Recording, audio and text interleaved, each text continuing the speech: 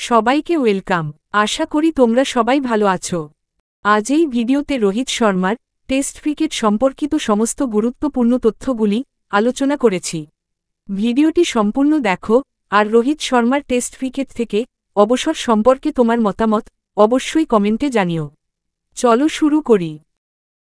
সমস্ত ICC tournament ফাইনালে একটি দলের নেতৃত্ব দেওয়া প্রথম এবং একমাত্র অধিনায়ক তথা ভারতের অন্যতম সফল ব্যাটসম্যান রোহিত শর্মা টি-20 ক্রিকেটের পর গতকাল অর্থাৎ ৭ মে ২০২৫ তারিখে এক দশকেরও বেশি সময় ধরে চলা এই যাত্রার সমাপ্তি ঘটিয়ে ৩৮ বছর বয়সে ভারত বনাম ইংল্যান্ড টেস্ট সিরিজের ঠিক আগে টেস্ট ক্রিকেট থেকে অবসর ঘোষণা করলেন।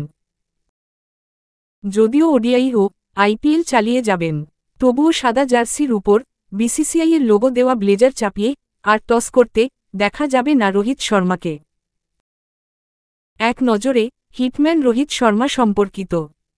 পুরো নাম রোহিত গুরুনাথ শর্মা। জন্ম ৩০ এপ্রিল ১৯৮৭ সালে। জন্মস্থান মহারাষ্ট্রের নাগপুর। রোহিত শর্মা একটি তেলেগু মারাঠি ভাষা পরিবারে জন্মগ্রহণ করেন। তার মা পূর্ণিমা শর্মা অন্ধ্রপ্রদেশের বিশাখাপত্তনমের বাসিন্দা এবং তার বাবা গুরুনাথ শর্মা একটি পরিবহন সংস্থার স্টোর হাউসের তত্ত্বাবধায়ক হিসেবে কাজ করতেন। রোহিতের স্ত্রী ঋতিকা সাজদেহ এবং তাদের দুই সন্তান সামাইরা ও আহান। রোহিতের ডাকনাম হিটম্যান ও সানা।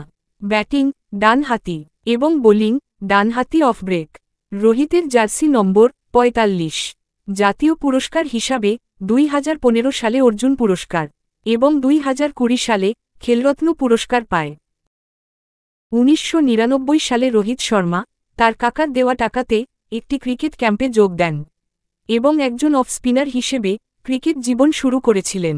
এরপর ২০০৫ সালের মার্চ মাসে গোয়ালিয়রে দেওধর ট্রফিতে সেন্ট্রাল জোনের বিপক্ষে ওয়েস্ট জোনের হয়ে লিস্টেতে অভিষেক ঘটে। এই একই ম্যাচে চেতেশ্বর পূজারা এবং রবীন্দ্র জাদেজারও অভিষেক হয়।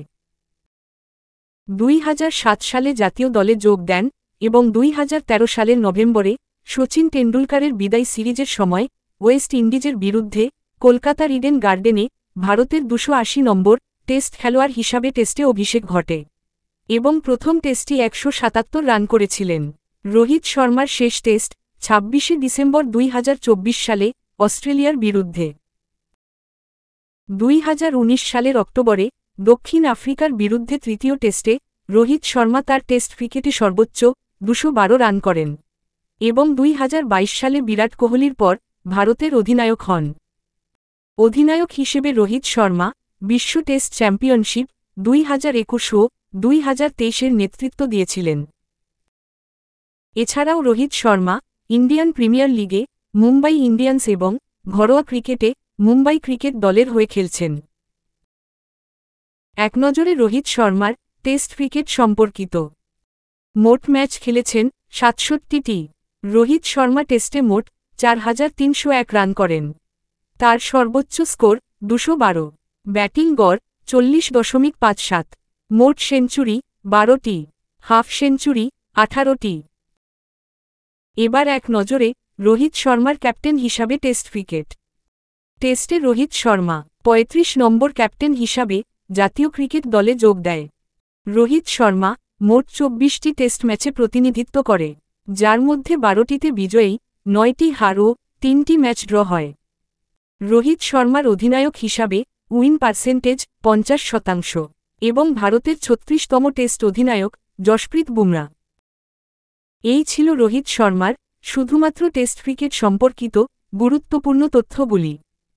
যদি ভিডিওটি ইনফরমেটিভ মনে হয় তো লাইক ও শেয়ার করে দিও আর সাবস্ক্রাইব করো, আর প্লিজ একটু সাপোর্ট করো যাতে নতুনভাবে ক্লাস করাতে পারি।